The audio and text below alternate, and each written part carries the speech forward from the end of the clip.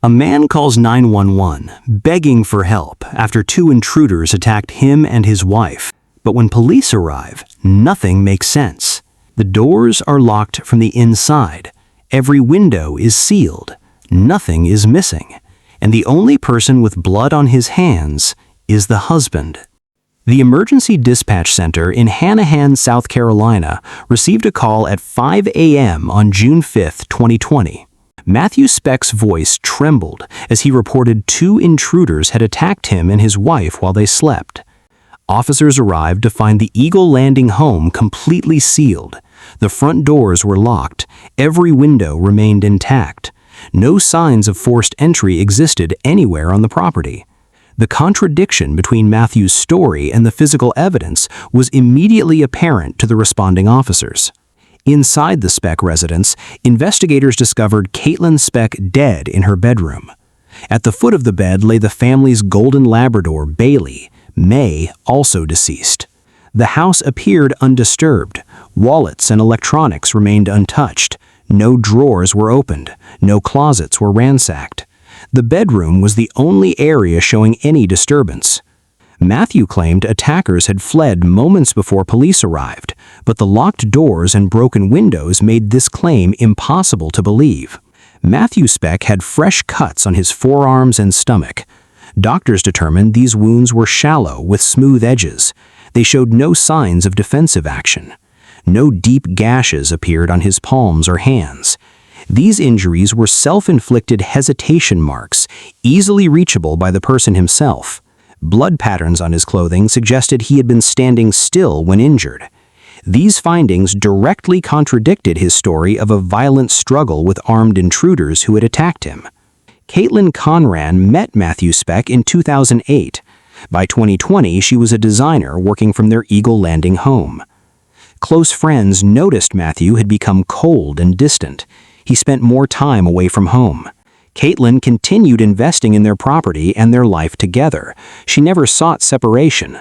Her design sketches remained on tables. Building supplies stayed stacked in the garage.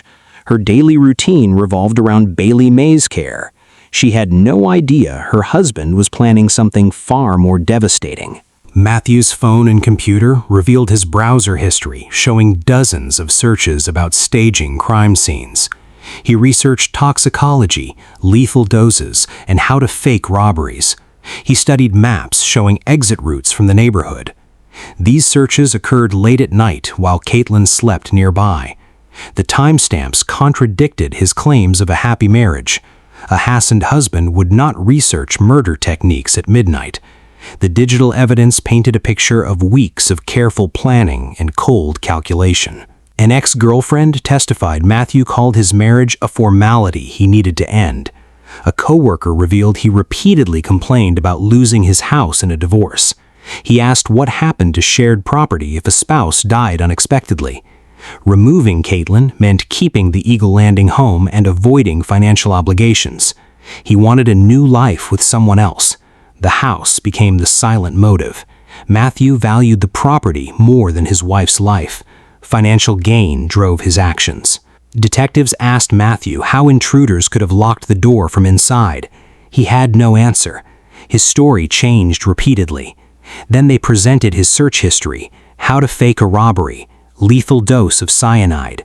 Matthew went silent. The room fell still. He had no explanation for why his online activity so precisely matched the crime scene. The airtight home, the surgical wounds, the digital trail left no room for doubt. He was arrested immediately. Matthew waited until Caitlin slept deeply. He retrieved the preloaded weapon. He shot her while she lay in bed. She had no chance to react. Then he shot Bailey May where she rested. The dog never barked because she recognized her owner. Matthew staged the scene carefully, avoiding damage to valuables he wanted to keep. He inflicted shallow wounds on himself using a mirror. He waited for daylight before calling police. Every action was calculated. The prosecution presented forensic evidence and digital footprints. Experts testified the wounds were hesitation marks. Ballistics confirmed the shooter stood still. Matthew's coworker and ex-girlfriend revealed his financial and emotional motives. The defense argued poor security footage proved nothing. The jury deliberated quickly. The evidence was overwhelming. They found Matthew guilty of premeditated homicide and cruelty to an animal. The contradictions in his story and the damning digital trail sealed his fate. Judge Jefferson sentenced Matthew to life without parole plus 10 additional years. He cannot seek early release. The Eagle Landing home transferred to Caitlin's heirs. The property he killed for now belongs to her family. Matthew serves his sentence in a South Carolina facility. The case remains a warning. Digital forensics leave no room for perfect crimes. Every search, every click, every choice leaves a trace. The truth cannot be locked away forever. These cases don't solve themselves. They're investigated, documented, and shared because people like you care enough to watch.